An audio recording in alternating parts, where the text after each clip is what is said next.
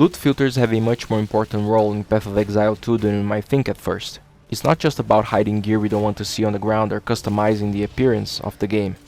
The way we want to play the game by itself is enough to totally change how we should think about loot filters, and that is decided before the game even starts.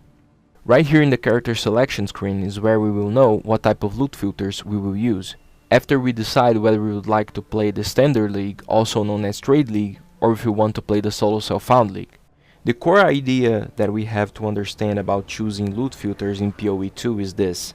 If we are going to play the Solo Self-Found Leagues, the only way for us to acquire power is by playing the game and finding items ourselves. We will never be able to get items or sell them in the market. Trade means nothing to a character in the Solo Self-Found League, which means that the market value of the items we get should not impact how our loot filters show us these items.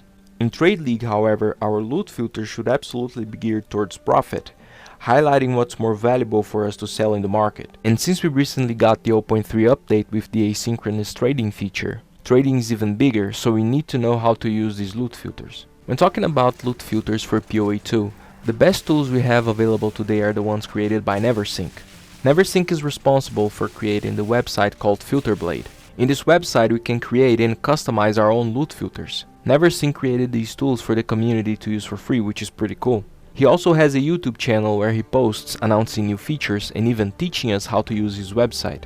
I'll leave a link to his channel and to FilterBlade in the description of this video if you guys want to check it out. So let's kick things off with loot filters for Trade League. Getting filters for Trade League is actually the easiest way to start using loot filters in the game, because of how fast and simple it is to do it the quote-unquote correct way. In short, there's two types of loot filters in PoE 2, offline filters and online filters, and the same goes for PoE 1. Offline filters are the ones you created yourself or got from someone or somewhere and then added to the game folder.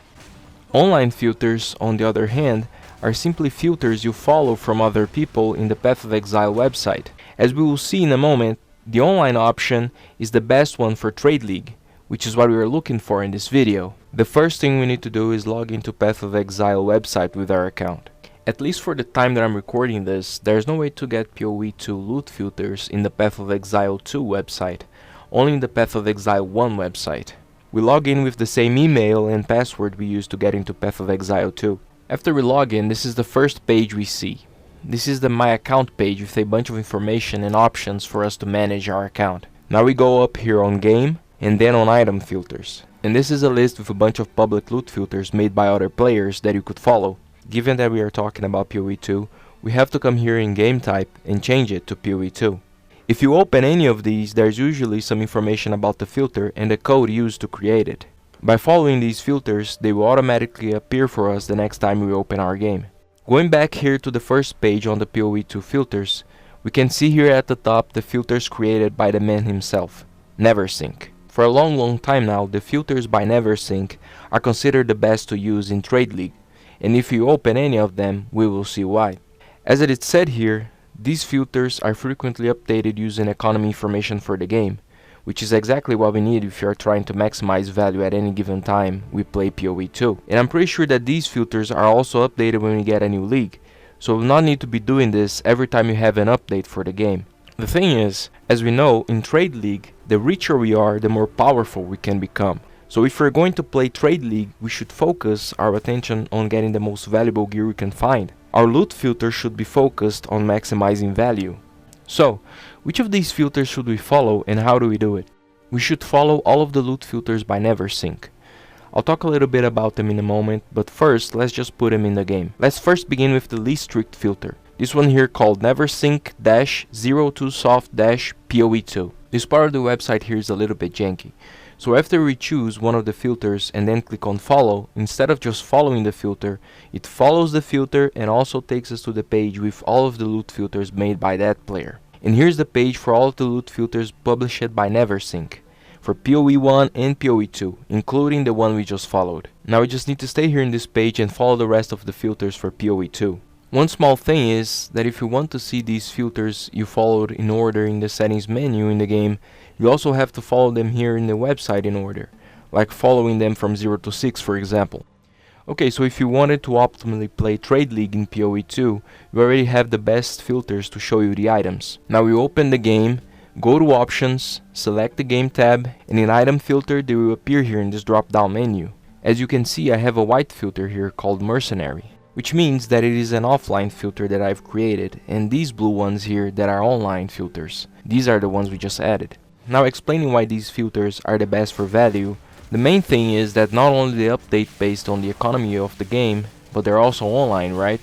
Which means that we don't ever need to go to the website again to get other loot filters. These ones here are updated frequently.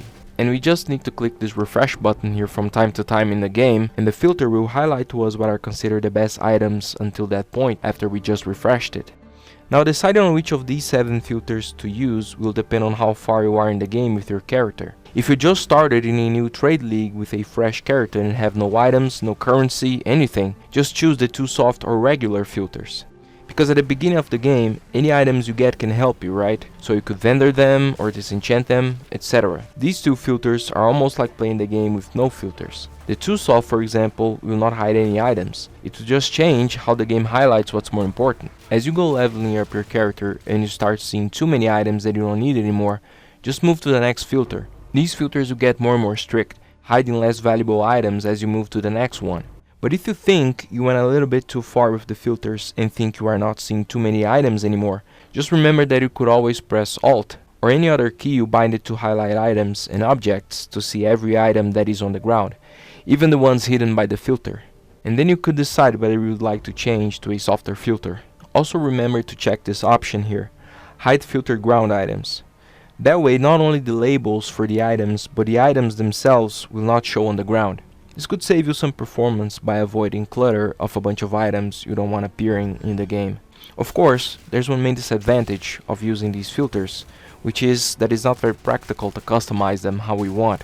In theory, you could maybe copy the code for these filters to create your own and even customize them, but it's just way easier to do it the way we discussed here. You just follow the filters, update them in game from once in a while, and you're good. They're all online, you always have access to the best information quickly this way. There's no need to be going around complicating things, right? And with this, I think I'll finish here. Hope you guys liked the video, and please let me know if I've missed something. Thank you.